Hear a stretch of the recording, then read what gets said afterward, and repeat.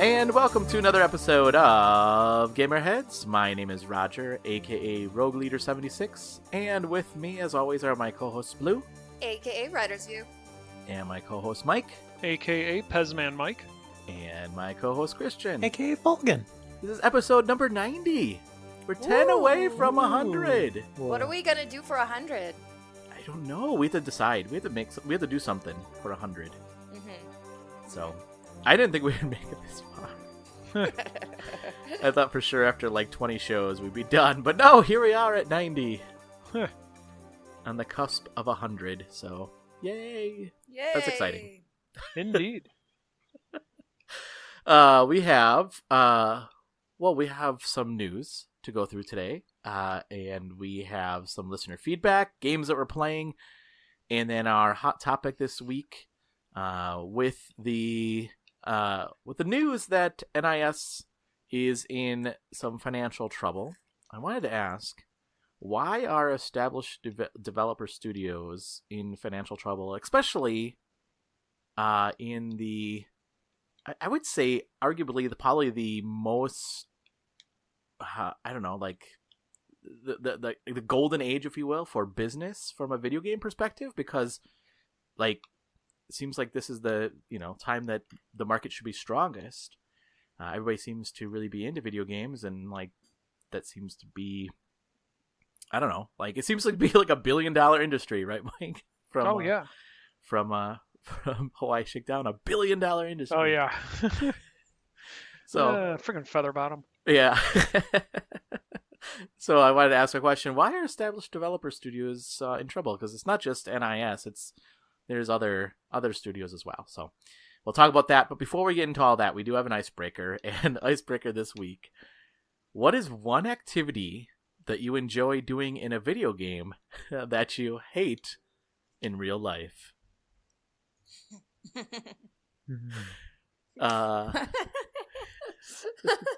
There's so many options. Yeah, Stealing cars. Yeah. I was thinking like Call of Duty, like shooting people in the face. Yeah, popping headshots. Yeah. Good old fashioned double tap. Yeah.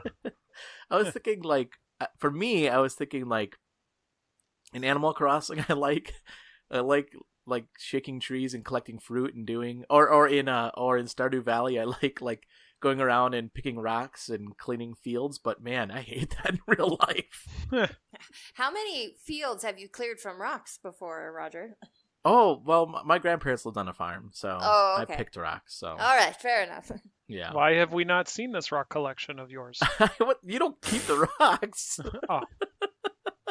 You sell them No. to pay your mortgage? You take them to market and sell them to the rock vendor. Yes, exactly. I found this rock in my backyard. How much for it? I'd say that's worth $1. I don't know. They speak with British accents. I don't understand it. But... Well, I don't know. That's a fair question though, because like in Bloodborne, you have to pay for the rocks. That's true. Well, I wouldn't know, but I mean, I'm assuming so. Right, Christian? You have to pay Yes, for you the do. rocks. Yes, that you seems do. silly. That But does you seem do. silly. You could just go to like a farmer's field and be like, "Hey, I'll pick rocks for you." You'd probably get killed on the way there because you didn't have any rocks. But those are the things I enjoy. I enjoy like farming in video games, and I do not enjoy farming. I do not enjoy milking cows in real life. That is not very much, that's not fun. Yep. So that's mine. Okay. Christian, what's one thing that you enjoy doing in a video game that you hate doing in real life? Mine would probably be from the Uncharted games. I like, I don't know why it's kind of boring, but I like the climbing in those games. I like just sitting there and watching, Nathan Drake get his handholds in there, climb really cool, tall stuff while I spin the camera around and look at how cool everything looks. I can't do that in real life. Yeah. That would be scary in real life. Yeah, It's screw scary that. in games. Are you kidding me? Like in That's Breath true. of the Wild? Ooh. Yeah, That's so true. stressful. It is. When I lived in Madison, or outside of Madison, Christian, there was a guy that would go down a state street and he would jump and climb up on buildings and like crawl his way up to the top of buildings. It was weird. Those are crazy people. It was like watching like a video game. It I was, can't even watch that. That makes I know, my neither hands can I. get clammy. Yeah. Eeh. You ever see those videos where somebody's like goes on a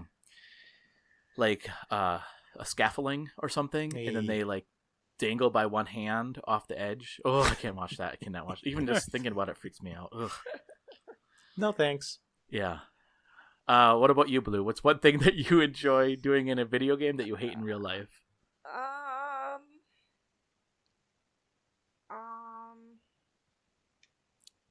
Cooking, I guess. Oh, yeah, that's a good one. That's a good. I had a good answer. Yeah. I don't like cooking at all in real life. But do you What like about cooking serving? in that video game? Yeah, serving. and deliciousing? And deliciousing. No, in real life, I only like the deliciousing part. I like that part too. Yeah, but the cooking and the serving is not my forte. So, I mean, but do you enjoy it in the video game world? yes, because it's a challenge and you can Okay. win. Like in real life, you can't really win. You can just do a little better than last time. Yeah. Exactly. Oh, can you imagine somebody saying, "What's your experience?" They're applying for a job at a restaurant. What's your experience as a waitress? Well, I played Cook Mama or whatever those games are. I played Cook Diner Serve Day. Delicious, and Yeah. I did they'd be like, not "Okay." set the kitchen on fire, so Yeah. like in Overcooked. Yeah, exactly. Awesome. When can you start? Yeah. What about you, Mike? So now that I have a dog, I was gonna say escort missions, Oh. because my entire life is now one big escort mission. Ashley, not so bad now. Yeah. Yeah, Ashley's a walk in the park compared to this walk in the park. Oh. But no, I would say as odd as it seems, fishing. Oh. Yeah. But I love fishing. Okay, so Hmm. don't get me wrong. I do enjoy going fishing. I think it's a lot of fun. I find it very relaxing. It just, for me, it gets really awkward trying to get the fish off the hook. Yeah. Yeah. It's like, all right, what do I? Okay, wait. I know. Okay, so this one's a catfish. Okay, there's certain spots I'm not supposed to touch. So, and then this thing's hanging from the string while I'm looking up YouTube videos on how to get it off the hook and stuff. So it's just that part gets a little awkward. But the Is other, it flapping around? yeah, all the other parts of fishing are cool. But the once I But what reel about- it in, that's when things gets off. What about the filleting part? Do you? Oh, I don't eat fish. I don't dig Oh. on anything that comes out of the water. Oh, I suppose. Fish come out of the Probably. water, so yeah, I don't. No, I know, but I mean, like, is the water like not clean by you or something? Well, no, it's not that. Like, Oh. even like shrimp or anything like that. Oh, what? Like, yeah, You don't I eat just shrimp? No, I don't eat any Oh. kind of seafood. Wow. Oh. Yeah, Wow. yeah, and Then now I a little bit won't more have of you Mike over is for now New made Year's, I available guess. to the public. But no, I don't know why. I just for some reason I don't like the taste. For some reason, like in my mind, it's like dirty. Maybe because just the water. I don't know. So if I have you over for like New Year's, no raw beef sandwiches and no shrimp, apparently. There you go. Exactly. And no herring. Those are like the 3 things we serve at New Year's. Oh, I'm sorry. Yeah. Well, you can't come over for New Year's, I guess. Well, fine. I wasn't going to anyway. Listeners, what's one thing that you enjoy doing in a video game that you absolutely hate in real life?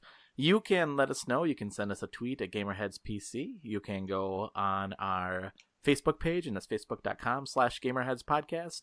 You can send us an email at info@GamerHeadsPodcast.com. You can also go to our website, and that's GamerHeadsPodcast.com, and leave us a message there as well. All right, let's move on to the news. I have an item, and I'm sure that you guys all have some news that you'd like to cover as well, so I will start off. The news that I have, the very first article, is from Nintendo Life, and DC Universe Online is coming to the Switch this summer. Wow. Yay. The game I'm sorry, that is I 8 played years it. old. I played it on the PlayStation 3 so long ago, and I found it very boring. I'm not much of a Really? I'm not much of a Oh. DC person anyway. So Yeah. Well, this might rival the Ultimate Alliance 3. please. So it is coming to the Switch. It is not going to be cross-play compatible, unfortunately. That kind of stinks. But I think it. I mean, you should be able to play with other Switch players, but yeah, that's coming to the Switch. I'm kind of excited for it. It's free to play. Yeah, exactly. There you go. So I guess we'll see. We'll see how that goes. But that's coming this summer. Are people excited for MMOs coming to Switch? Because you can't play them unless you got a online connection. Yeah, good point. Yeah. I mean, Warframe came to Switch. People seemed kind of up on that. Yeah. What was that other one? Fortnite came to Switch. Fortnite. People like that. And Paladins. There you go. That came to Switch. I mean, you can play them in your bed. I think that's the plus. Yeah, that's true. Yeah, I don't know. I mean, I guess we'll see. I mean, I guess they see it as an opportunity. I mean, this is a market that, like, is there for the taking, I guess. So they're like, hey, let's bring it to the Switch. So that used to be a PlayStation exclusive, right? Mm-hmm. Right? Okay. I think so, yeah. I think it was like developed by like Sony Online Entertainment or whatever before it was disbanded. Yeah. So, that's cool. I mean, yeah, we'll see how that goes. Christian, do you have some news? Sure. A new portable console was announced. Oh, Did you guys hear about this? Yes. Oh, is this the hand crank one? It is. The Playdate. Indie-powered Game Boy. So there's this weird Game Boy thing announced, and it's like this yellow slab. It's kind of rectangular, and it's kind of structured like a Game Boy. You got the D-pad, you got the two buttons, but you also got a crank on the side. Yeah. And the crank is a control mechanism, so you can use it to control stuff, which is weird. Exactly, like a fishing game. Mike, you nailed it. It looks like your game. Looks like a fishing reel, exactly. But they also, like, it's weird because it's not backlit, and it's black and white, and it's $149. Whoa. But they're doing this weird, like, the games, okay? So how are they going to do the games for this thing? Well, it turns out they're going to try this TV show style delivery where they have 12 weeks of games, one a week, called Season 1. And when you buy the console, it comes with all 12 games. Well, you get access to them, I'd assume, each week. And they've got some interesting names on board for this thing, like Katamari Damacy creator Takashi, or Bennett Foddy, guy who made Quap and Getting Over It. Bennett Foddy makes some interesting stuff. This is all in black and white, right? Yeah, it is. And this is made by Firewatch devs, right? Firewatch Publishers. Oh, Firewatch Publishers. Okay. Yeah. It's weird. It's a weird thing. I mean, it's a cute little idea. Yeah. They got some interesting devs on board. Yeah, but $150. Yeah, for a black and white screen, are people gonna be into that these days? I don't know. Good question. I mean, it's one thing, I suppose, to make a black and white, like a single game, as a specific look or as a gimmick, but to have like that's all your console is capable of. It's a little different. Yeah. And plus that crank on the side. Yeah. If it doesn't like fold down or something, that's going to be such a pain to take with you as a portable thing. Oh yeah. I see. Yeah. You wonder if there's gonna be a game where you play as one of those old like Italian accordion people on the side of the street with the monkey that collects the change. Yeah. If it comes with the monkey though. Yeah. Then I'm in. Yep. Yeah. Yeah, if the monkey, wouldn't it be cool if the monkey is like black and white on the screen, is like just dancing around and banging the little cymbal things. Ooh. Yep. Yep. There's I our didn't next pay game. for this. What? That's worth $149 right there. Right there. Yeah. Yep. Yeah, when's that coming out? Did they say? I don't know if they did. 2020, I think. Okay. So sometime around then. Busy 2020. Yeah. Yeah. I think if anything will help this little play date succeed, it might be the fact that they definitely know kind of the market that they're appealing to with this. Unlike the Ouya. The Ouya was like, we're going to take down the big three and we're going to, carve our own segment into the market. And Playdate's just like, we're this cute little box and we've got some cool developers that make wacky, zany stuff that's perfect for our wacky, zany console that has a crank on it. It's gonna be a collector's item. At one way or another. I can imagine it will be. Yeah. Cool. What about you, Blue? Do you have something? I actually brought 2 because Ooh. I'm an overachiever. Wow. So, last week we were talking about, or what? No, was it 2 weeks ago? We were talking about why it's so difficult to make a movie based on a video game. Yeah. Well, PlayStation has announced that they're going to set up, Sony has announced that they're going to set up a new PlayStation production studio so that they can produce movies and TV shows based off their IPs. Okay. Yeah. Yeah. Okay. I mean, it's cool, but I mean, I don't know. I mean, it seems weird. Like, okay, I don't know how well that's gonna go over. I don't know. Maybe they'll be cool. Yeah, I don't know. I don't blame them. I think for wanting to maintain creative control in some sense, and then also it would address a huge thing that everybody was saying was the problem with these movies when we discussed it, was that they are made by people who don't understand the properties. And so this would take care of that problem. True. Except I do question, one question I would have is, like, what would you put in the movie that you wouldn't put in a game? Like, you know what I mean? Like, what? I just think that's the weird part. It's like... Are you saying like Sony? I don't understand the question. I think what he might be saying, so like, what you're saying? Sony games are so cinematic to begin with. Yeah. What's the point of making a television show out of it? Yeah.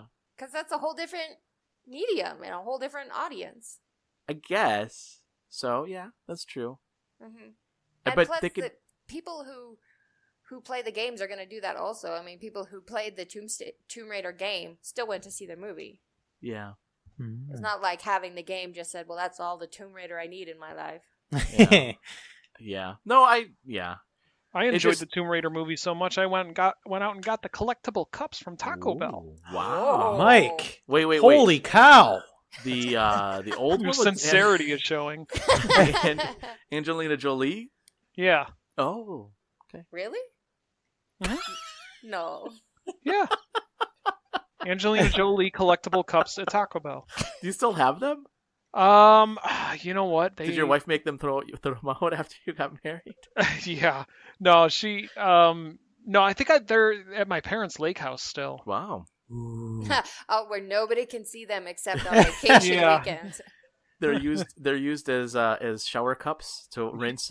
Yeah, that's exactly. Yeah, that's what. I don't know. I had a problem with collectible cups when I was younger. Their McDonald's had these amazing Jurassic Park collectible cups. Oh. And they had different scenes from the movies, like not like pictures of them, just like really good art of scenes from the movie. Yeah, I remember that. My favorite one was when the Dilophosaurus was attacking Newman. And who doesn't want that while they're eating a Big Mac? Yeah, right, exactly. That was back when they used to ask you when supersizing was allowed. Oh yeah. Right. All right, I'm done. I think if this piece of news says anything to me, it's that Sony's actually starting to take their movies seriously, because they've they put out a Ratchet and Clank movie a handful of years back, and that was okay, not good, but they put that out. And then like an Uncharted movie has been rumored forever now, and a Sly Cooper movie has been in production for like 15 years. Forgot about that. So I mean, maybe they're actually taking movies seriously. Yeah, maybe. I mean, because if you think about those properties, Ratchet and Clank and Sly, those should be like slam dunks. Totally. When you look at the quality of kids' movies that shows up at theaters every weekend, it's like, oh my God. And they all make money. They all of them do. Yeah. So, yeah. Yeah. Well, I guess we'll have to see when it, I don't know. I guess we'll have to see. I don't know. We'll see. We'll see. I guess we'll see. All right. We'll see. Okay. What was the other item? So the other item is, if you remember a few weeks ago when I talked about the Republican Senator Hawley that was introducing the anti-loot box bill. Yes, and I invited him on the show, by the way. Yes. Again. I said that again. Oh, again? Okay. So This headline comes from Polygon, and they said, anti-loot box bill gathers bipartisan support in the Senate. Yeah. Mm-hmm. So that means that it's not going away. No, it's not going away, but it was proposed by the Republican Senator Hawley, and now 2 Democratic senators support the bill as well. So that is a total of 3 senators, you guys. Whoa! I know, right? Jeez! This is getting serious now. That's like all of them, right? Close to it. Most of them, yeah. It's pretty Whoa. close. I think they have a majority now. So. Well, they see protect the kids, and they're like, we gotta protect the kids. Yeah, right. Isn't there something in there about protecting the kids from like loot boxes or something like that? Well, wasn't the title of the bill like protect the kids from predatory loot boxes or something? Protecting Children from Abusive Games Act. There you go. Is that there what we it's go. called? I think that's what it's called. Abusive games. Yeah, so that will protect kids under 18 and not allow microtransactions in their games. And the ESA, which is, what is that? The Entertainment something association, I forget it. And this doesn't software say. or something? Something like that. Anyway, it said that they released a statement in regards to this, and they said this legislation is flawed and riddled with inaccuracies. It does not reflect how video games work, nor how our industry strives to deliver innovation and compelling entertainment experiences to our audience. The impact of this bill would be far-reaching and ultimately prove harmful to the player experience, not to mention the more than 220,000 Americans employed by the video game industry. And the thing that was crazy about this is that they said, they admit in here that there's really no way to enforce it. They're going to have to rely on the game makers to self-enforce. Interesting. So how is that any different than now? Yeah, exactly. And what are they going to do? How old are you? Oh, you can't play the game. Yeah. Well, I'll just put a different date in. I mean, like, this is... Yeah, that's every porn site online has that, and it doesn't help. I know. It's like... it's a foolproof feature. Yeah, exactly. I don't get it. I don't know. Well, it's stupid. Oh, man. That's all it is. It's just stupid. So, Nintendo, if you're listening... This would be a big deal to them. Yeah. Think about all their games that they're coming out mobile. Well, we'll see. Yeah, unless they're not the abusive games. Maybe they're not abusive. Mm-hmm. It doesn't hinge on abusive. It's just being there at all. Yeah, I know. The loot boxes are beating our children. Yeah, they are. It's ruining our society, one box at a time. One box at a time. So, that should be our slogan too. Yeah, ruining our society, one podcast at a time. Yeah. We'll be banned from everywhere. Listening to us. Cool. Well, thanks, Blue. Let's see, Mike. Yeah, Mike. My name is Mike. Yeah. I wasn't sure if I asked Christian yet or not. The one with the dog, Roger. Oh, the one with the dog. Hey, you with the dog. So before I have this news, I need to ask if you already covered it, and I think you already covered it last week because I wasn't there last week. You covered the next 10 games announced for the Sega Genesis Mini, did you? Mm-hmm. We did. Yep. Okay.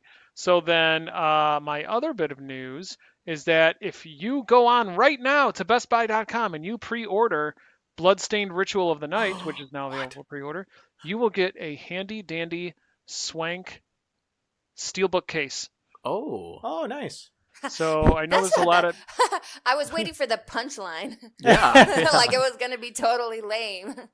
Well, that's what some people are saying. They're like, it's not like that good. Like, they're saying it's like yeah. There's people that have tried it out saying it looks like this is going to be yet another game that suffers from the Kickstarter curse. Oh, another really? Mighty Number 9. Yeah, exactly. Really? Yeah. Oh, because you played it too. We played the prequel, the prequel is good, but that's made by a different studio. Totally different game. Is it really? Oh, yeah. I didn't know that. Oh, so that's too bad. Curse of the Moon, right? Wasn't that what it's called? Yeah, Curse of the Moon. That one was good, but they're saying Ritual of the Night is not going to be. I don't know. We'll have to wait and see. I was all set to get it too. I was all set to pre-order it. Me too. But now I might have to hold off. They also announced that what was previously going to be exclusive to Kickstarter backers, a mode where you actually fight the creator of Castlevania. Oh, that's cute. I'm gonna mess up that name, Igarashi. Is going to be available as DLC. So those who backed it will get it for free, but if you didn't back the game, it'll be $10. $10? $10. How much is the game? 40, I think. Really? I thought it was going to be like 25, 30, $40. I mean, you're probably right. I just was guessing at the price. Mm-hmm. Wow. So if you really are a big Castlevania Symphony of the Night style of gameplay fan, you get some extra bonus stuff with your game. And it comes out in June, middle of June for the other for PS4, Xbox, PC, and at the end of June for the Switch. Holy crap, that's soon. That is soon. Yeah, I know. I mean, that game's been in development for how long now? Years. Yeah. Absolutely. Blue, have you played Curse of the Moon? No, it's on my list. Okay. I have a really long list. It looks fantastic, though, and I look forward to it someday. It is the best Castlevania game that's not a Castlevania game. For sure. That's what I've heard. Yeah, it's really good. Well, that's too bad because I was really looking forward to that game. Yeah. So hopefully it lives up to the hype. I still might pre-order it. I mean, I pre-ordered Mighty Number 9. And I still have Mighty Number 9 only because GameStop is only offering like 18 cents for it. I'm like, I'm just going to keep it. Yeah, you might as well. Oh, that's great. Was it Mike, do you have anything else? That's all I got. Okay. There was one other thing, Blue, that you actually mentioned this week and I forgot to mention in my news section. Ouya! Oh, yeah. Closing doors. Yeah. Oh, no. Yeah. Oh no! Yeah. When you posted that, I was just like, it shocked me that it was still a thing. I know. I was like, what? Really? You want to run and go look at it now just to see it before it disappears?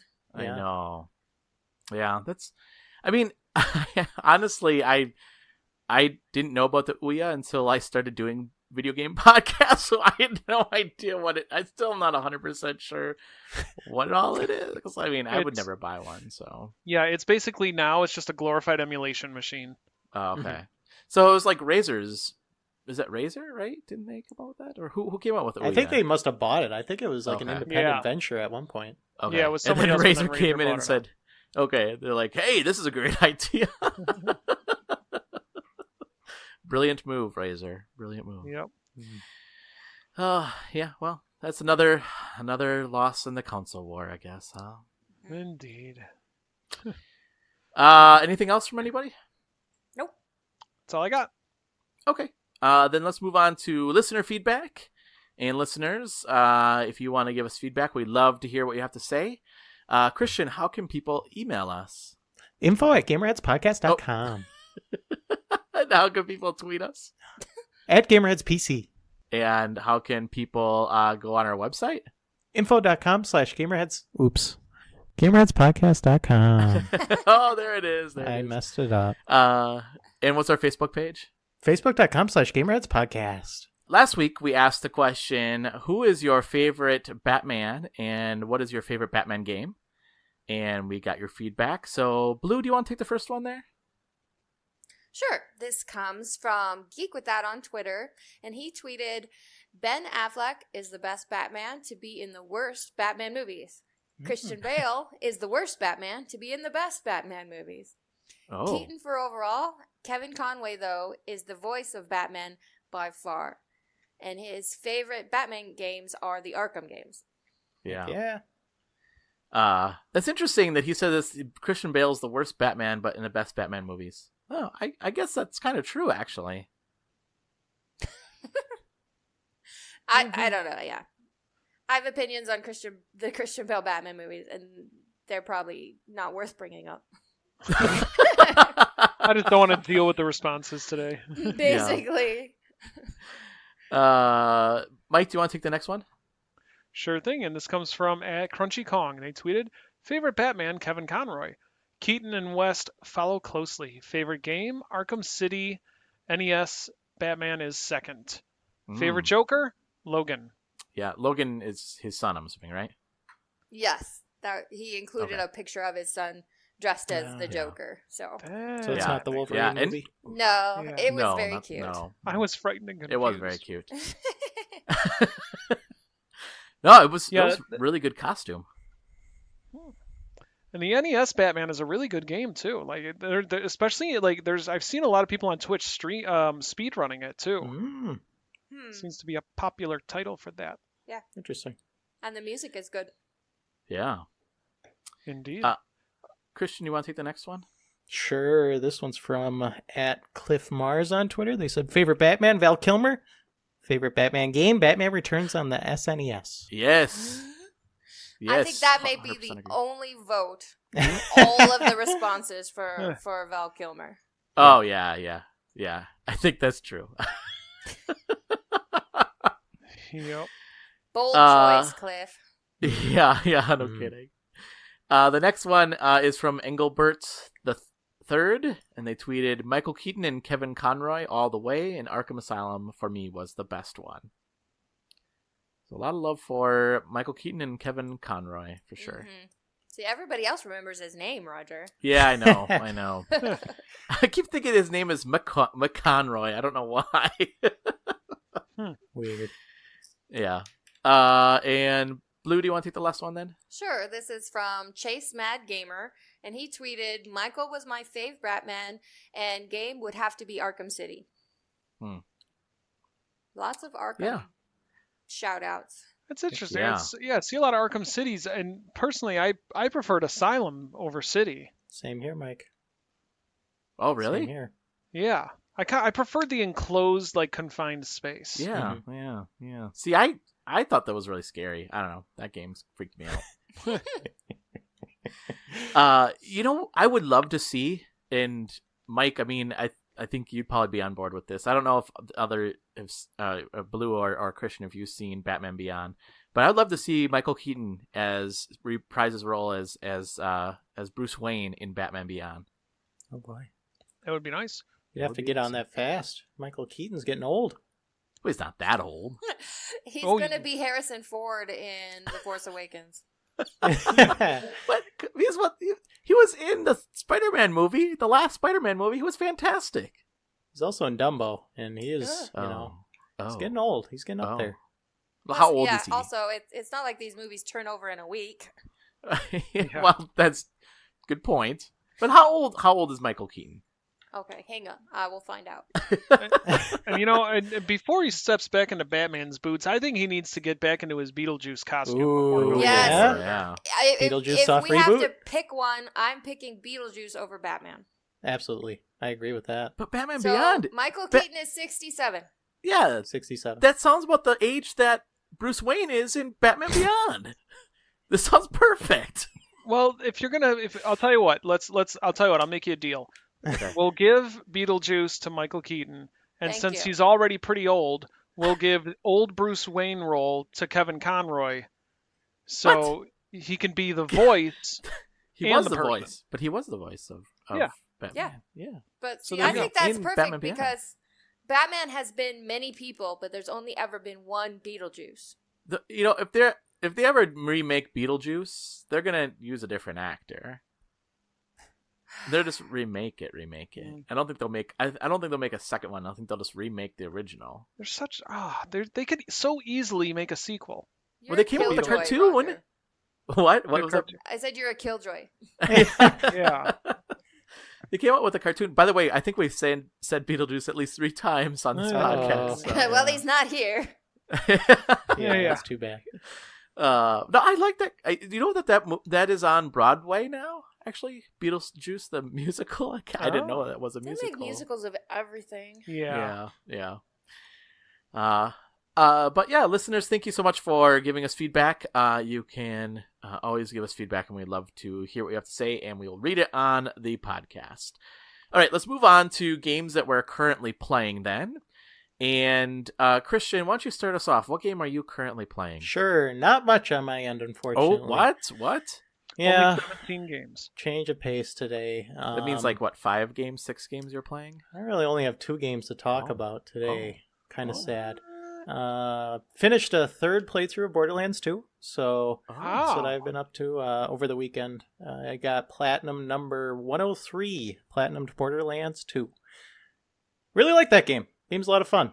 Pretty timeless. Still holds up well today. And the weird thing is that that game is kind of what all the games as a service have become these days. Except it's like actually a full game, which is weird.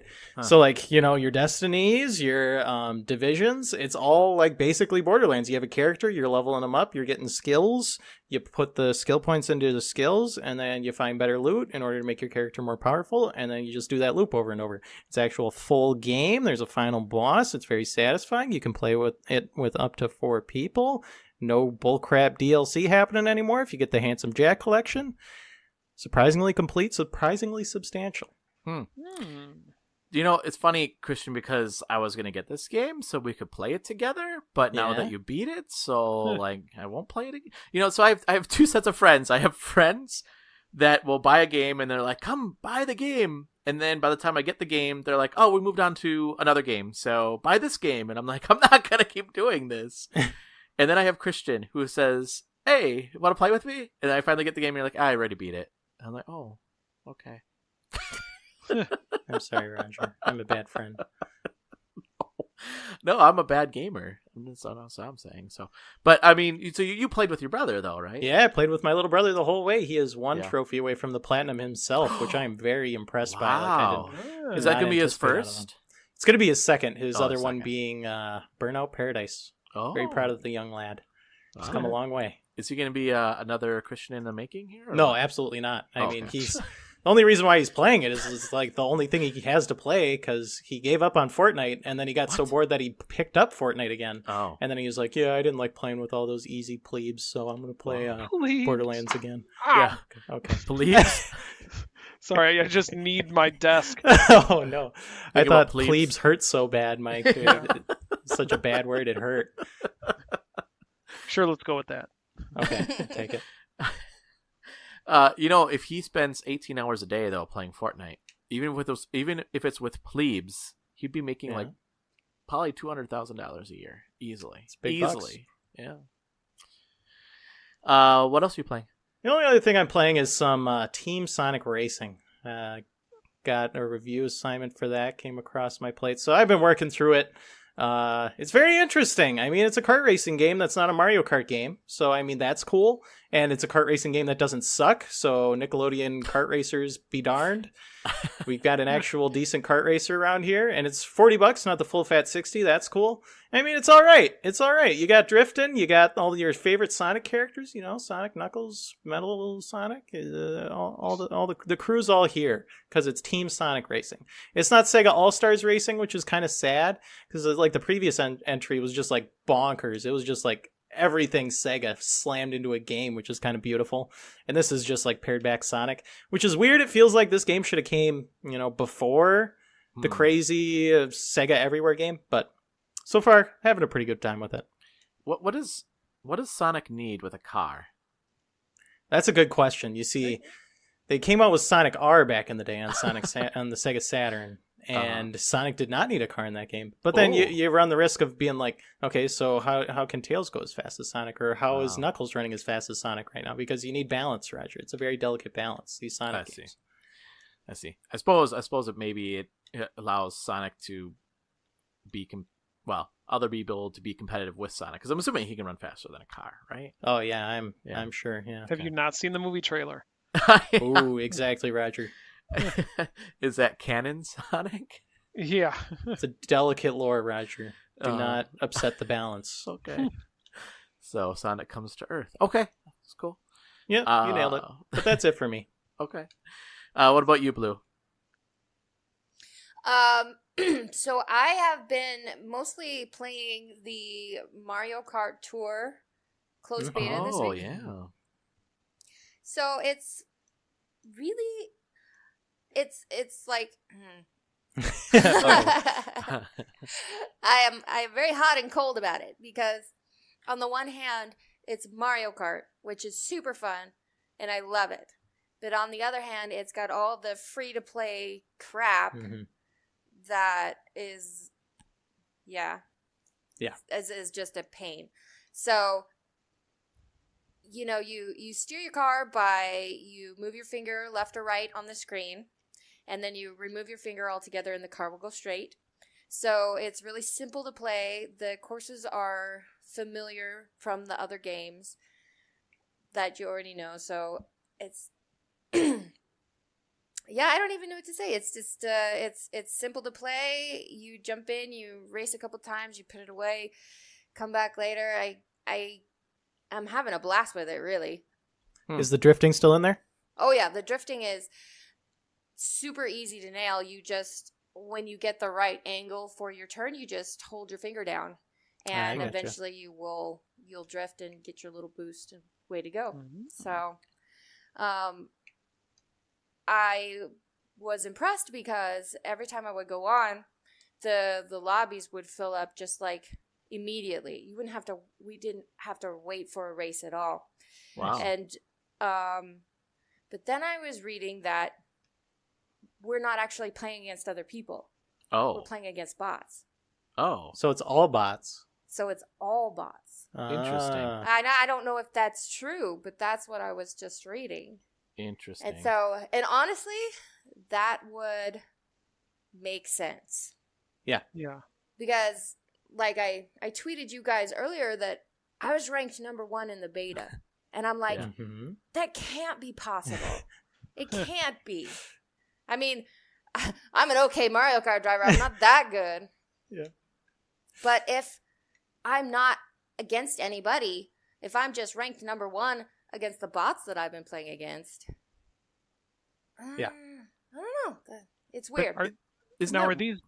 Go ahead, Roger. Oh, I was just gonna say, isn't that weird though that you're playing against bots? I mean, from a stress test standpoint, from a beta test, I mean, I would think that they would want to. I would be worried about them just turning on the servers and be like, "Let's go," when it goes live. I mean, I would think that you'd want to do some stress tests against. I don't know. I don't think it's completely bots. I don't, because like I didn't lose a race at all until I got to unlock the 100 cc's, and then I didn't ever get worse than third, and then I unlocked the 150 cc's, and now people are playing like real people. You know what I mean? So you can't see usernames above people? Yeah, they all have usernames. I never thought about it. I gotcha. So, it's weird. Weird. There's something weird going on. Yeah. Yeah. Is it safe to assume that you'll be playing real people when the full thing comes out, or will they still have it this weird, half and halfway? You know, that's a great question. I wonder if they need to make sure that races are always available, no matter how many people are on. The bots make sense. Well, maybe you'll play against ghosts instead, just like a store of ghosts. Yeah, who knows how they're really doing it, but definitely there was no challenge until I got to the 150 cc's, and now people are using, strategies and things like you expect when you go online with Mario Kart 8. So, anyways. Mike, you had a question, Mike? I was actually just going to mention that. I wonder if you're playing up against ghosts, like interactive ghosts. I don't know. Because that's how Forza Horizon 4 is. Yeah, they have a drive-atar system where the game will like analyze your driving habits, and then it will put a version of your driver into other people's games. Yeah. Yeah, it's weird, but definitely it's a fun time. It looks like Mario Kart. It feels like Mario Kart. It's got all those classic Mario Kart moments. Like, there was once where I was battling out with this one other person to get first place, and we are neck and neck to the finish line, and it is a photo finish, right? Oh. And then the game said, "Oh, congratulations, you got second place." I was like, "What?" I was like, "Bull freaking honky, I did. Show me the times," but it doesn't show you times. So. Oh. What? Oh, interesting. I know. So what about how are they going to monetize this? So, when the first thing you do when you get in the game is you get a free shot from the golden pipe, which is like the traditional Mario green pipes. Sounds like a drug when you put it that I know, way. it really does. But you drag your finger down the screen and the pipe fires up in the air like a big cannon. And then you get a random character that pops out. And so the only way to get new characters is to fire the pipe. You can fire the pipe by paying emeralds. And guess what's for sale in the in-game store? Yeah. Yeah. It's not that feature is disabled during the beta, but it is still, like, the space for it is still there. Yeah. Yeah. And I heard that each character, like, has their own board, and then they get, like, better, like, they do better on their own boards. Like, they might get, like, more, like, mystery boxes or question mark boxes and stuff like that. Is that true? Like, yeah, is there something about that? The more that you use any given character or cart or parachute, you can level them up. I think up to level 10 is as far as it goes right now. And then they'll get better bonuses and all that kind of stuff. And then also, everybody has a favored, quote unquote, favored tracks. So, like, if you're on the Mario circuit, Mario and Luigi are favored characters. If you're on the Toad circuit, it's Toad and Toadette. And so if you play with favored characters and favored carts on their specific tracks, then you'll have better luck stats and get better items out of the boxes. Oh, boy. That's quite the advantage. Yeah, it is quite the advantage. And right now, of course, now that I don't know whether I'm playing against real people or against bots, it seems like it's not that big of a deal. Yeah. But definitely, yeah. So I am sure that all of that will be for sale in the store. And then the thing that annoys me most about the game is that it's got everything locked behind timers. Yeah. Which is such a boring, such a tired free-to-play game tactic, right?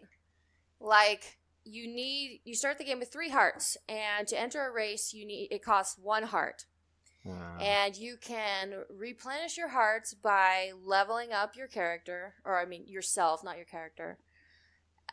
Or I assume that when the game goes live, you'll be able to pay to bypass the timer and just get a bunch of hearts. Gotta love it. Yeah, gotta love it. And then the other thing is, in the game, you need stars to unlock new cups. And what's making me crazy is when I get enough stars and I unlock the next cup, and then the timer starts 24 minutes until I can actually play it. What? Oh, jeez. Right. What? Even though I did everything I was supposed to. I have hearts. I have stars. Why are you making me wait? That's ridiculous. Oh, the cup is under construction. Please come back. Oh, yeah, I'm sure it is. Like, that makes me insane. Yeah. Well, it shouldn't be for sale if it's under construction. Wow. That's crazy. Well, the Senate's going to love that, I'm telling you. Yeah, that's what I'm saying. This I'm sure would most definitely be classified in their mind as a kid's game. Yep. Oh, I think Nintendo just took Animal Crossing down from like Belgium or something because of the loot boxes. That's true. That one and Animal Crossing and Fire Emblem they took down. There you go. Yep. Yeah, and it is a total loot box situation because when you pay the emeralds to fire the pipe, you don't know what you're getting. Just luck of the draw. So if you gotta have Donkey Kong, you just gotta have him. Who knows how much money you'd have to pay before you actually got him? How many characters are going to be in this game, or haven't they announced that yet? I think it's about all the standard Mario characters you'd expect. Okay. Yeah. Plus the 17 colors of Yoshi. Yeah, right. Well, I don't have Yoshi. Wait a second. Uh-oh, what have I done? And I'm sure they're going to probably come up with new racers as time probably goes on, I'm sure there'll be lots of extra cops and lots of extra DLC and all that kind of stuff. Yeah, so it's Mario, Luigi, Peach, Yoshi, Bowser, Donkey Kong, Toad, Toadette, Daisy, Wario, Waluigi, then there's Metal Mario, there's the Koopa, Shy Guy, Baby Mario, Baby Luigi, Baby Peach, Baby Daisy, Baby Rosalina. Then you've got all 7 of the Koopa Kids, Dry Bones, Rosalina, Dry Bowser, and King Boo. Everybody's back? Well, pretty much. Seems to be. I mean, no, like, Mario Link Kart? or anything like that. Mario Kart Ultimate? Yep, Mario Kart Ultimate. Yep. So, yep. One last question for me, Blue. When it goes live, are you going to continue to play this? And are you going to spend money on it, do you think?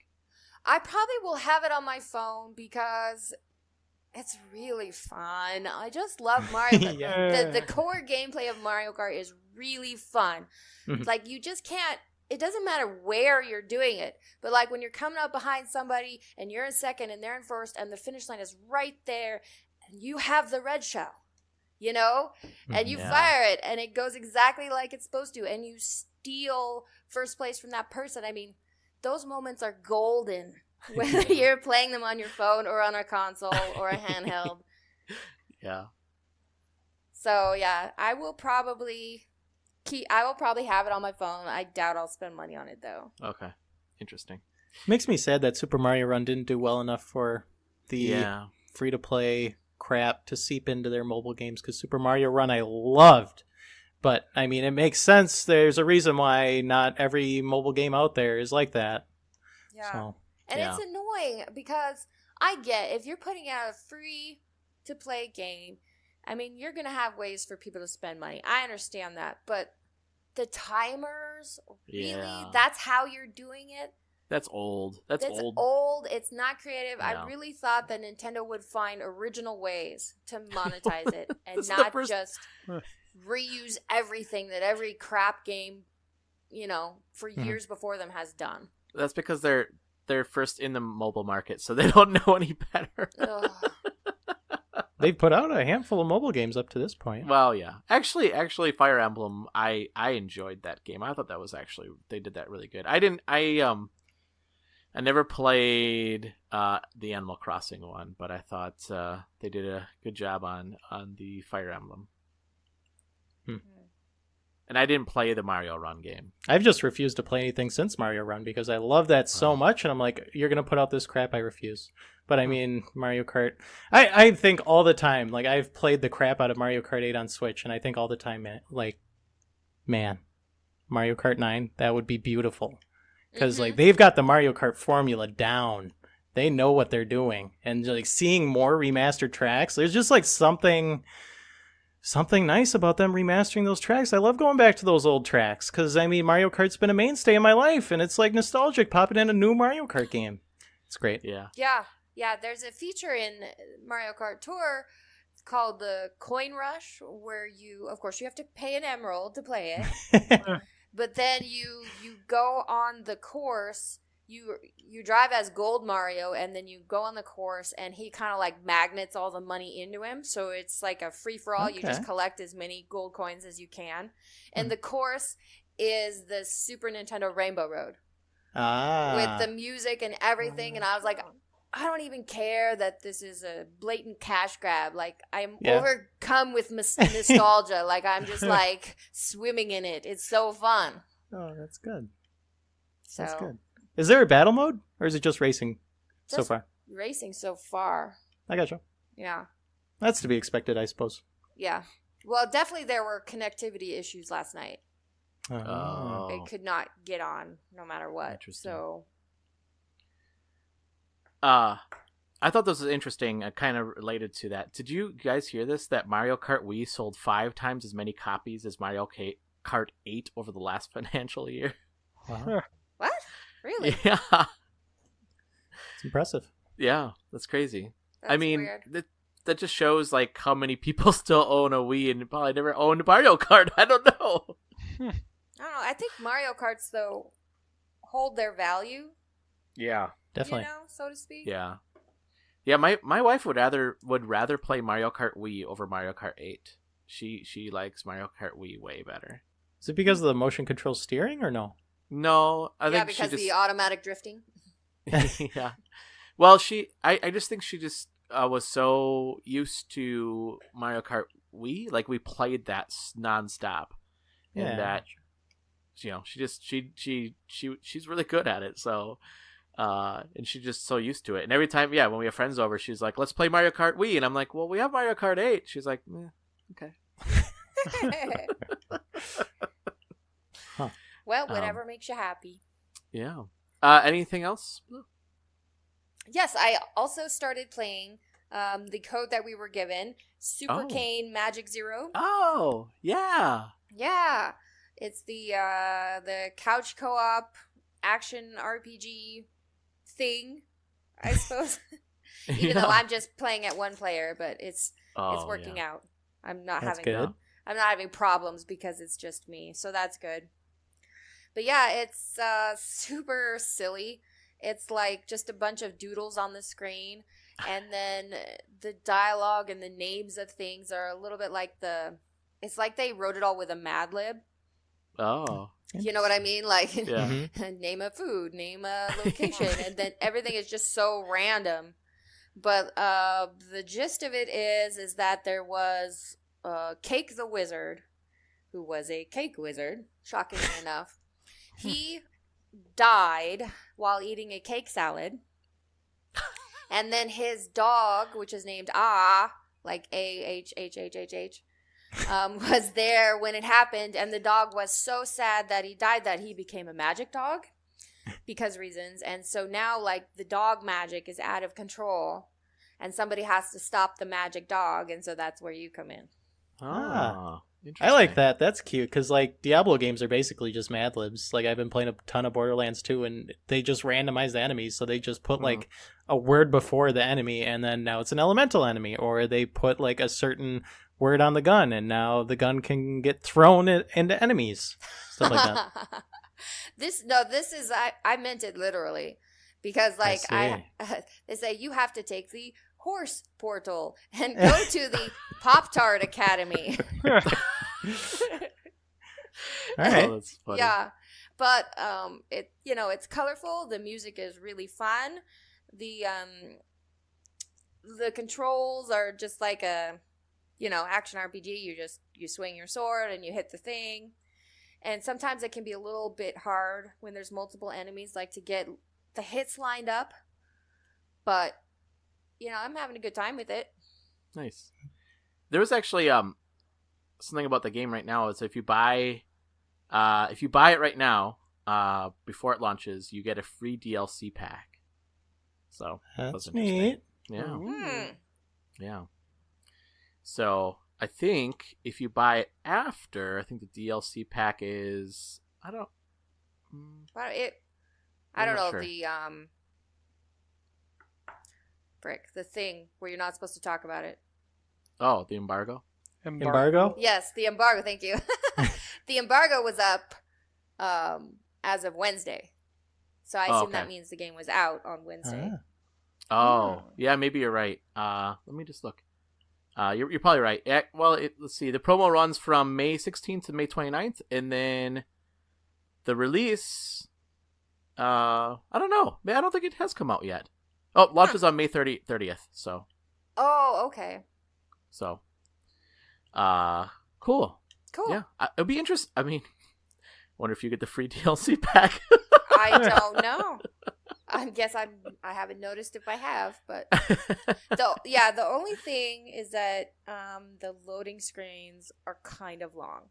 And then the very first time that I launched the game, it froze. At least I assume it froze because the loading screen just stayed there, like the bar at the bottom. It was not moving for the longest time. So either it was taking a freaking long time or it froze. But so I just shut it down and restarted it, and they still take a long time, but at least it did it. Good. That's good. Cool. Anything else? Those two. Okay. Mike, what have you been playing? I've been besides watching the dog. Yeah. Dog watching simulator 2019. Yeah. Nintendogs. Hey, there we go. Yeah. Yeah, aside from taking care of this dog, I got some time in to play some Tetris 99 because I wanted to unlock the Game Boy theme, which I accomplished. So I was. And so did I. It's awesome. What? Yeah. Oh my gosh! Yeah. Game Boy. That's right. I came in second place in one round, and that like skyrocketed my points. I'm like, all right, that's good. I grinded it out, man. Like that South Park episode where they're doing the MMORPG and they go the Warcraft one. Yeah, they go kill pigs in the forest for 1 EXP. Yeah, that's awesome. Mike is getting second place. I'm getting like 70th. He's off killing pigs in the forest. Yeah, exactly. But we both accomplished the same thing. We did. It just took you a lot less time. And so with that extra time, I played some more Shakedown Hawaii. Oh yeah. So going through the actually it was pretty funny. I was playing it last night, and there's a part where the guy, your main character, is flipping through the channels, and he comes across, oh shoot, what was it? Some TV show, and it was a show that my wife watched, and I'm like, see, really? This is exactly the kind of garbage that you watch. Oh, I know what it was. He was watching Storage Wars. That's good. And the thing is, what the dialogue from the TV show that he was watching was exactly the same thing I say to my wife. Like, I don't know if you ever watched Storage Wars, but the people are like, oh, this is a brass doorknob. I can get $40 for this, and then it just a $40 pops up on the screen, and like, what information is this based on? So they poke fun at that, and they're like, oh, there's a couple used coat hangers. I can get $200 for those easy. And I'm showing her. I'm putting the Switch in my wife's face. I'm like, read this. This is what I talk about. So.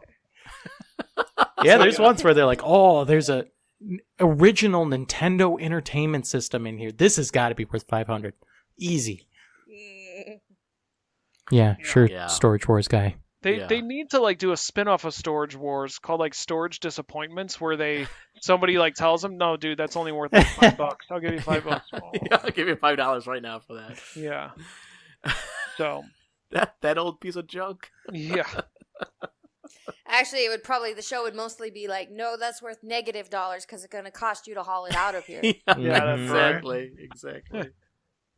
Nice. So I played that, and then I also downloaded, in one of my weaker moments, I downloaded a game for the Switch called Dawn of Survivors. It was $2, and it's an online post-apocalyptic zombie survival game. Mike, this is one of your weaker moments. One of my weaker moments. I haven't played enough of the game to give it a real no, but I mean, it kind of feels like a mobile game. But I mean, you go around. It's kind of like Diablo view. Okay. If that's so. Top down.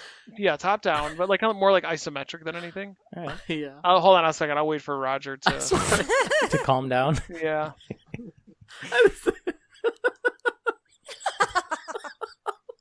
Mike, did you know you were so funny? I guess I didn't. I just imagine you being like... Make sure we save this one for the clip show. Yeah. I guess. It's like, we'll just do highlights of Roger laughing at things. So I think what Roger's trying to say, he pictures me as like a 3-year-old kid putting a bunch of quarters on a counter at a candy store and saying, "What can I get for this?" You're like, that was a weak moment. I shouldn't have bought that. Yeah. I woke up next to my Switch with the game running, and I like slowly pull my hand away. Take my shoes and walk out. The walk of shame. Make sure you erase your cell number from their phone before you go. Yeah. So. Yeah, anyway. He might be a while. Well, you may as well keep going. Yeah, one thing's for sure, I'm never going to live this one down. But it's you forage for materials, and you use it to build your base. And then you go out and you kill zombies, and you find more materials. But then there's also people online that are playing at the same time, so you can actually like try to fight them. There's only 3 people that play. So. Were there actually people on there? Oh no. I haven't played it enough. to think that there were. Jeez, talking about this game's like a Roger laughing minefield. Jeez. Oh my goodness. Oh, do you think that those moments of weakness for them too? Note to self: never tell Roger if I do something again. Like, oh, I accidentally fell down the stairs and broke my hip. Ah! Hey, I like those $1, $2 games. I try to give them a try. 99-cent games. That Brick Breaker game was actually worth 99 cents. Yeah. Oh, okay. Okay, I got it together, guys. Let's go. Roger. Let's keep Hey, Roger. Zombies.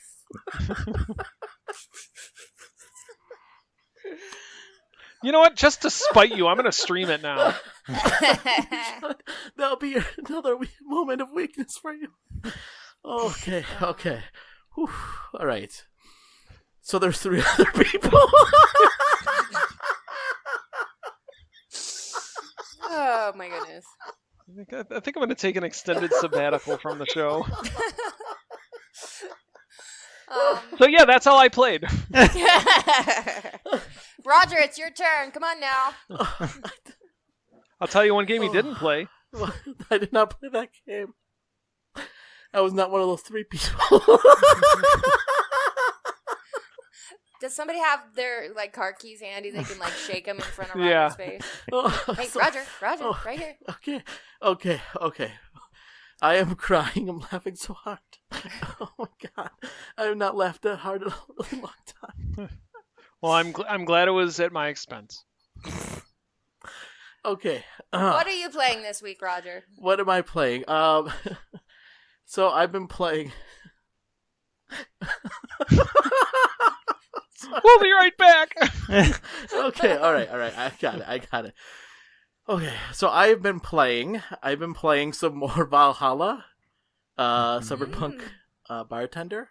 You went back to it. Yeah, there's a lot of people that make their same mistakes that walk into that bar. Mike, have you forgiven the game for the robots? Yeah, they're past that part, so they haven't really talked about that very much. Actually, it was kind of interesting. They talked about how some of her modifications, I don't know, it's like they talked about how she has guns on her hands, and they're like, "Oh, what do you have your guns?" And she's like, "Oh, how do you know I have guns on my fingertips?" I'm like, "Oh, this is getting really crazy now." But yeah, I don't know. It's cool. It's I don't know. I have mixed feelings about it, so we'll see. I think I'm a third or more through the game. It won't take me that long, but okay. And then the other one I can finally talk about is Lapis Labyrinth. I've been playing, and that game is really interesting and really fun. It's it's a side scroller dungeon delver, and I don't know if anybody listened to the episode last week, which I think most of you have. I hope you have. But Aaron from NIS talks about how the developers wanted to make it feel like you hit the jackpot when you get into the fever. There's this mode called the fever mode where you get so many after you hit so many bad guys and get so many treasures, then you go into this fever mode, and everything all these gems just go flying all over the screen. It's crazy. And the impressive part about that is that there's no lag at all in the game. It's crazy. So, is it 2D animated or is it 3D? No, it's 2D okay. animated. So, but it's really it's cartoony. It's cute. It's in your characters you can pick. There's 8 different characters you can pick from, and I have the perfect group that I'm working with right now. And one of them is a maid, which sounds funny, but she's actually really powerful. She throws out food for you. You can do different special moves and stuff like that. So it's cool. I am really enjoying that game. So I'll have that review up hopefully by this weekend, and hopefully the Valhalla one too by this weekend as well. So, whew. That is what I've been playing. So let's do this. Let's take a break, and then when we come back, we'll get into our hot topic. So stay tuned.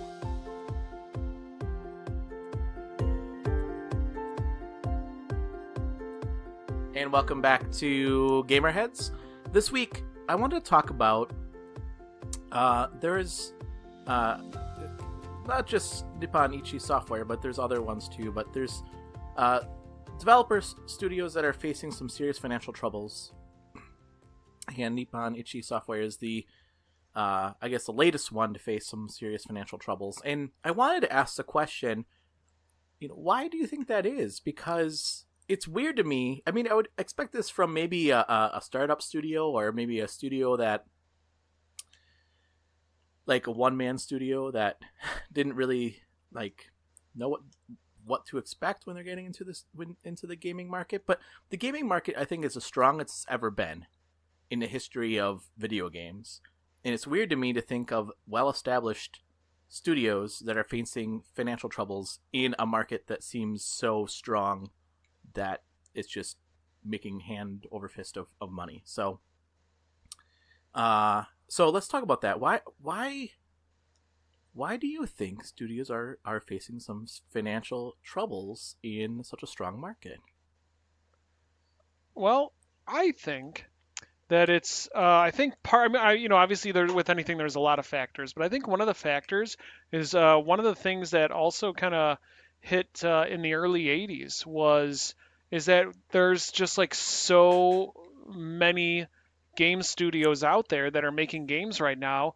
Games just get lost in a sea of games. Yeah, if that makes sense. Yeah, no, I was thinking the same thing. Do you think the market's too saturated? Yeah. Games? I mean, I could see that, but also he's talking about the established studios. Yeah. I feel like that would be much more of a problem for the indies. Mm-hmm. Which is not to say that the market's not saturated. I think that it probably is. But that shouldn't be a problem for the established ones.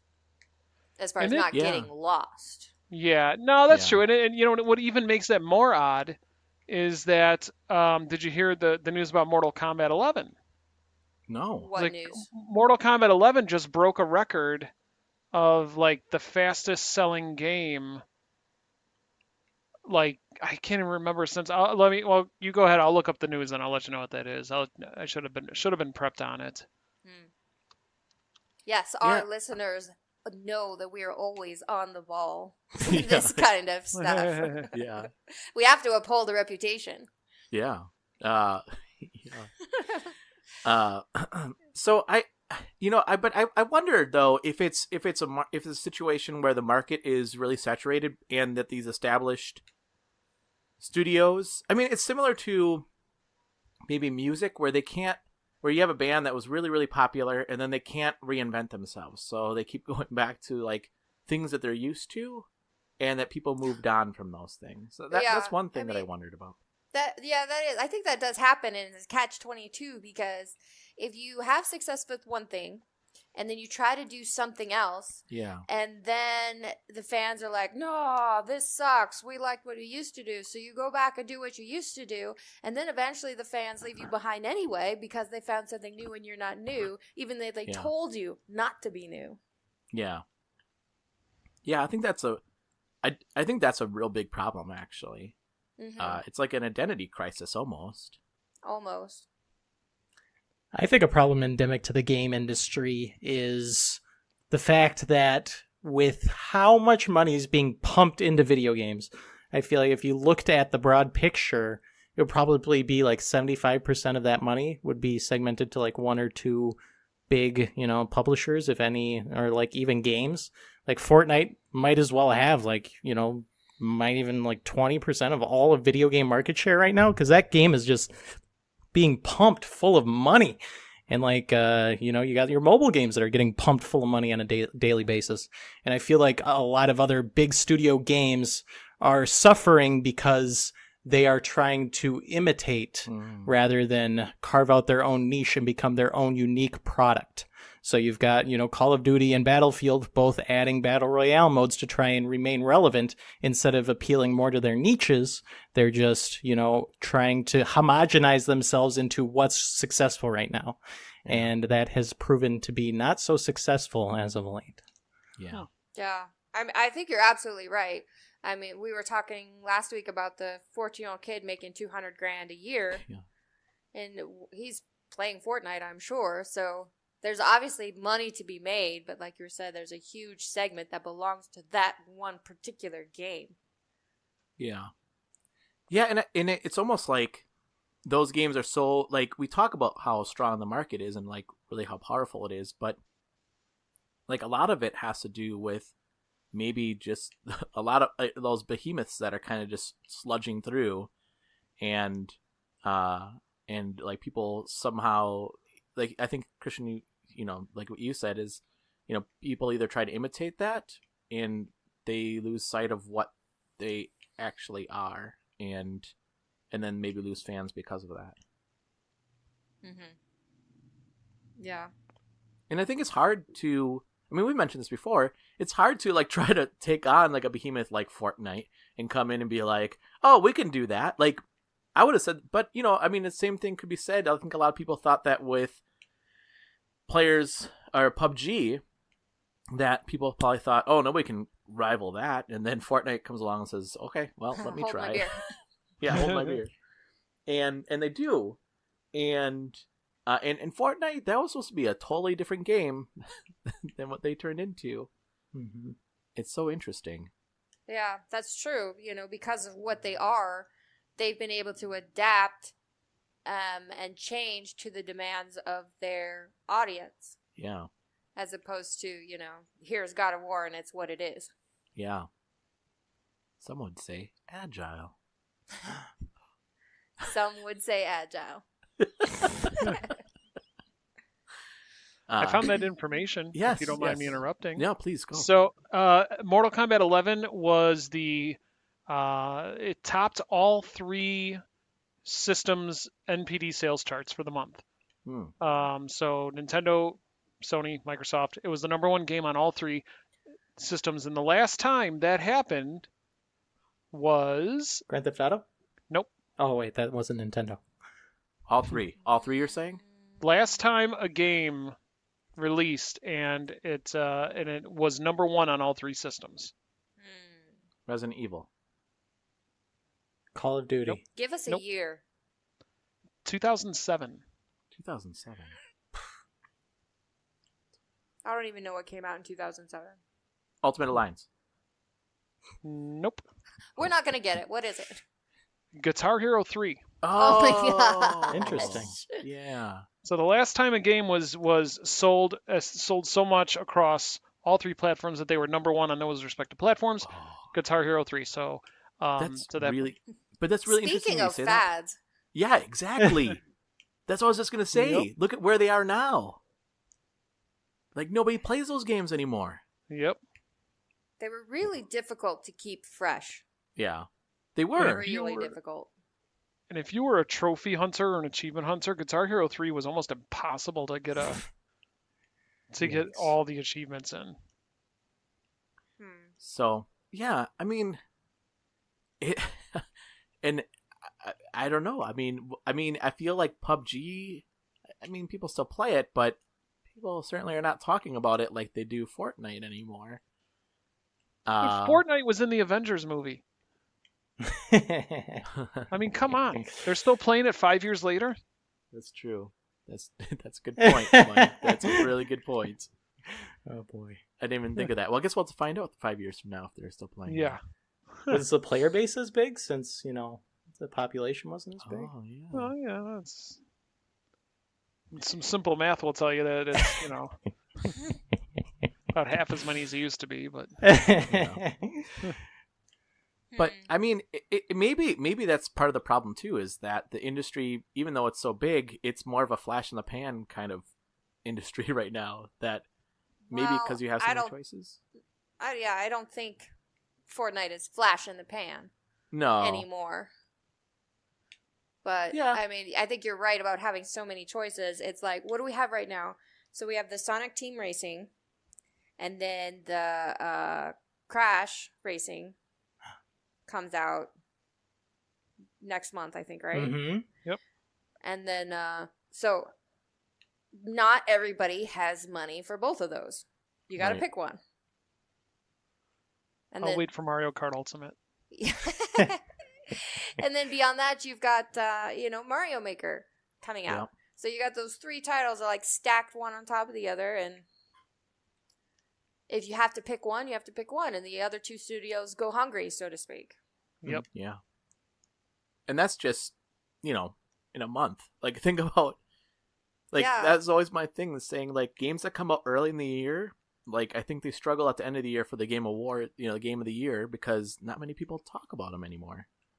Resident Evil 2 is fantastic! I know. There we go. And it will be again once it hits $20, and then I'll pick it up and add it to the old list. Heck yeah, Mike! We're gonna keep it alive. There we go. Mike, pick it up right around like November, December, and then it's gonna be the game of the year that keeps on giving. That's right. That's right. That's right. Yeah.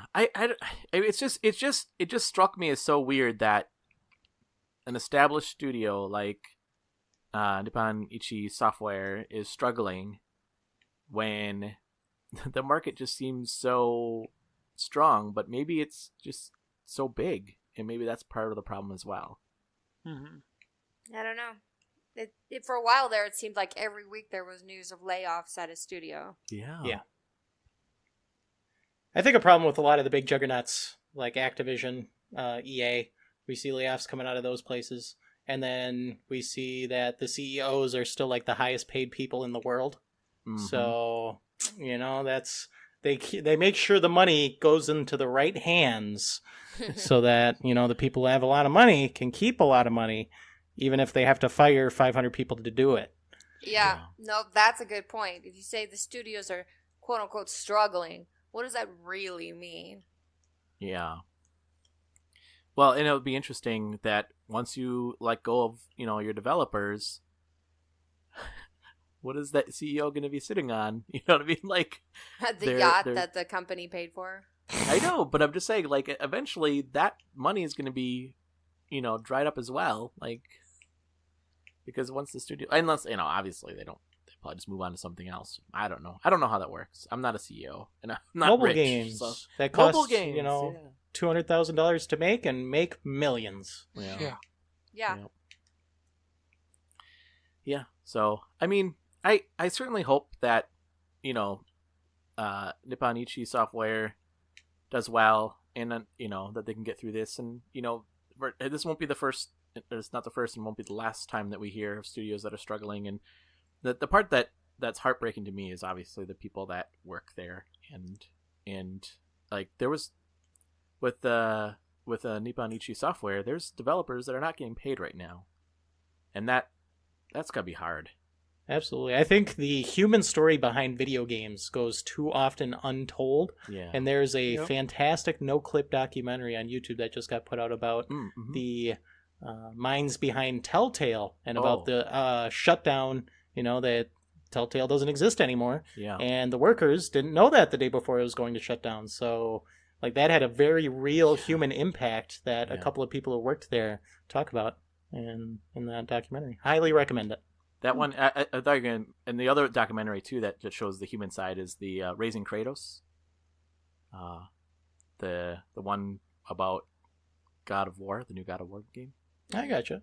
I was going to sit down and watch that, but it's like 2 hours long or something. Yeah, it's pretty long. Yeah.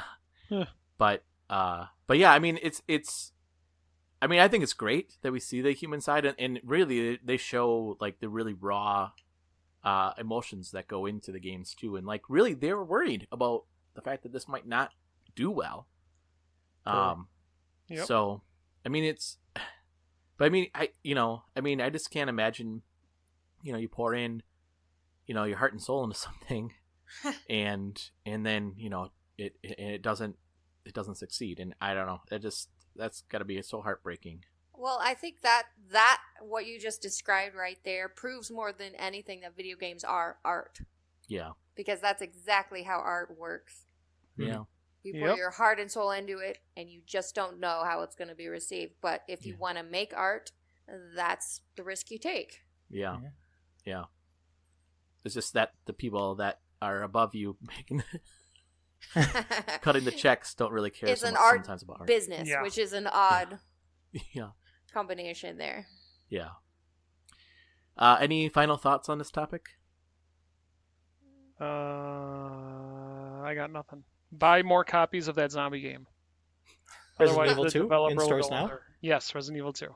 Yep. I'm not gonna laugh anymore. I think I'm laughed out, Mike. That's That's on a empty. relief. Listeners, what do you think? Why do you think that industry or studios in the industry are struggling?